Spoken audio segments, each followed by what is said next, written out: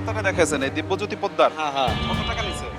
এটা নিছে 100। এই যে রুগীরা বলছে 100 টাকা করে, এই 100 টাকাও কি আপনার ঊর্ধ্বতন কর্মকর্তাদেরকে দিয়ে থাকেন? আমার আপনার সাথে কোনো বিষয়ে কথা বলার আসলে অধিকার নেই। ডাক্তারের সাথে ওই যে যারা কাজ করে ওই জোর করে 1000 টাকা নিচ্ছে। এই আপনি রাখেন, বন্ধ করেন না করলে।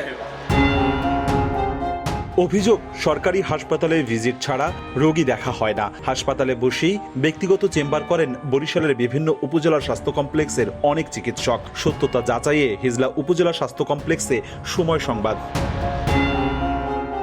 হাসপাতালের চিকিৎসক দিব্যজ্যোতি পোদ্দার। সরকারের নির্ধারিত ফি 3 টাকা হলেও তিনি নিচ্ছেন 100 টাকা, কারো কাছে 200। রোগীরা বলছেন এখানে নিয়মিত 1 থেকে 200 টাকা চিকিৎসকরা ফি নেন। হাতে নাতে প্রমাণও মেলে। হিজলা হাসপাতাল আসছিলাম আর কি, জিম্বুদুক্তি ডাক্তার আমার কাছ থেকে 100 টাকা নিছে। বাচ্চা নিয়েছি, বাচ্চাটার 100 টাকা ভিজিট দিছি। এটা ডাক্তারে নেয়।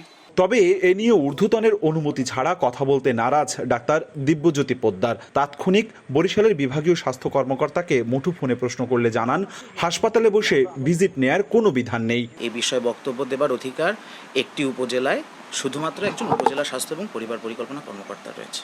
এখানে কোনো ক্রমেই কোনো লেনদেন হবে না এবং এটা কোনো ক্রমেই প্রশ্রয় দেওয়া যাবে না। এটা আমার নজরে যদি আসে আমি তদন্ত সাপেক্ষে